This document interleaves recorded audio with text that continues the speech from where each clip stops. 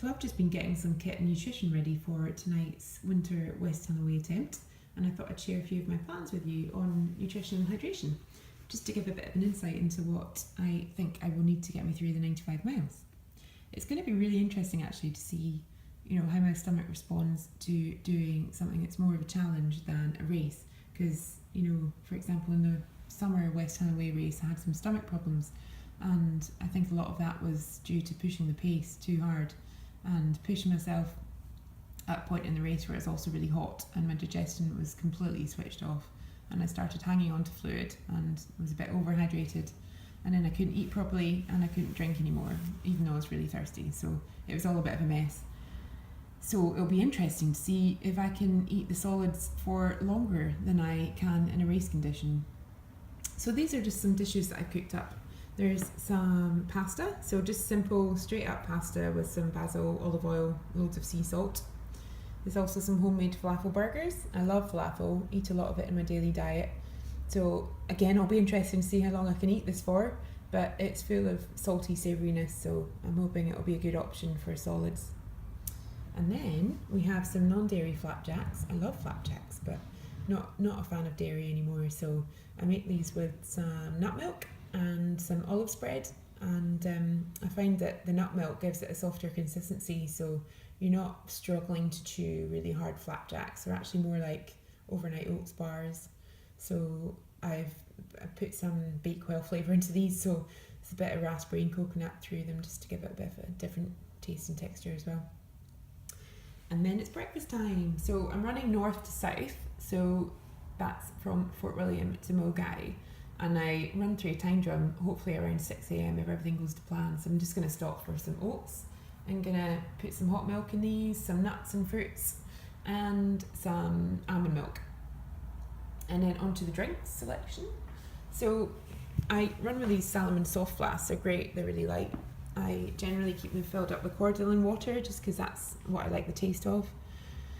I've got some Tailwind electrolytes here. They're amazing quality electrolytes, but I don't really stomach them very well in water bottles, so I'm going to have a few glasses of these throughout the day, but I'm not probably going to drink them all day long because it just switches my stomach off as well. And then we have the Coca-Cola. So obviously this is not a healthy drink to have, but all ultra runners turn to this, I think, during the latter stages of a long run, and I'm going to try and not drink this too early. I think that was a mistake that I made in the West Highland Way race this year too, was starting sweet fizzy drinks too early. It didn't help my stomach issues, so I'm only really going to try and drink this from the last 15-20 miles. And we've got some ginger beer as well. I love ginger, so ginger is a good, is a great taste for me, and it also is good for when you've got a sensitive stomach or for settling your stomach, so I'm hoping that'll be a good option.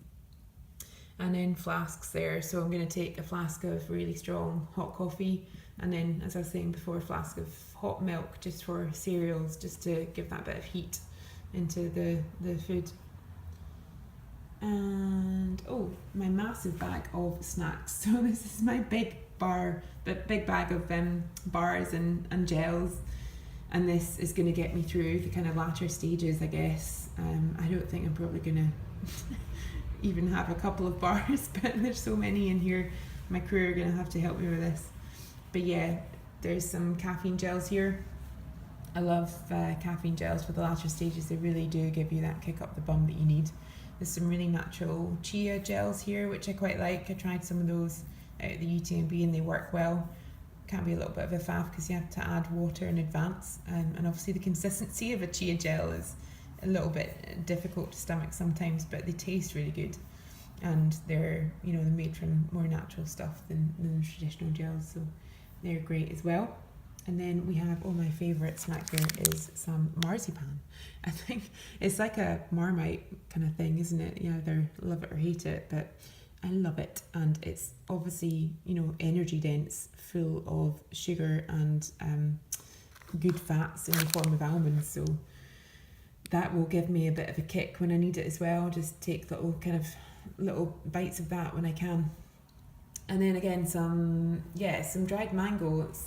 I guess that's a good healthy form of sugar, and this is great stuff for being out hill walking and skiing and running, so I'm going to try and snack on this before I snack on any of the the more kind of synthetic sugary snacks. So I think that's me. There's obviously quite a lot of stuff here. I'm going to need to make sure my crew help me out with this.